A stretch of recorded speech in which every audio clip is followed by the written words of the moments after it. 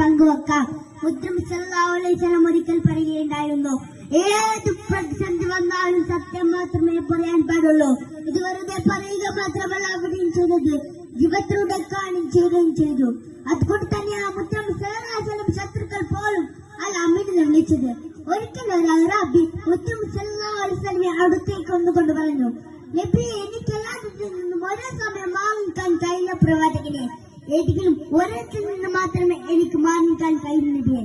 ഈ സമയം നമ്മുടെ മുത്തും സല്ലല്ലാഹു പറഞ്ഞു, നിങ്ങൾ ജീവിതത്തിൽ ഒരിക്കലും കള്ളം പറയരുത്, യുദ്ധത്തിൽ നിങ്ങൾ മാറിക്കണം. ഇത് കേട്ട് പ്രവാചകന് സന്തോഷമായി. കള്ളം പറയാതിരുന്നാൽ മാത്രം മതിയല്ലോ, ബാക്കി തെറ്റുകളെല്ലാം ചെയ്യാലോ. അങ്ങനെ അദ്ദേഹം അടുത്ത ദിവസം മോശകരം ഉദ്ദേശത്തോടെ ഒരു വീട്ടിലേക്ക് പോവുകയായിരുന്നു. ഈ സമയത്താണ് നബിയുമായുള്ള കരാർ എതിർത്തിന് ഓർമ്മയിൽ. നാളെ മുത്തും സല്ലല്ലാഹു മോശിച്ചിട്ടുണ്ടെന്ന് ചോദിച്ചാൽ എല്ലാവർക്കും പറയാൻ കഴിയില്ലല്ലോ. അതുകൊണ്ടാണ് അറാബിയിൽ നിന്ന് പിന്മാറി.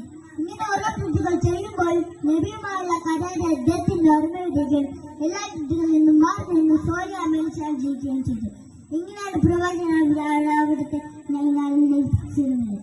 നാമെല്ലാം പ്രവാചകനെ പിൻവച്ച് ജീവിക്കണം. ഇത്രയും പറഞ്ഞ് എന്റെ കൊച്ചു പ്രസംഗം ഞാൻ നിർത്തുന്നു. അസ്സലാമു അലൈക്കും.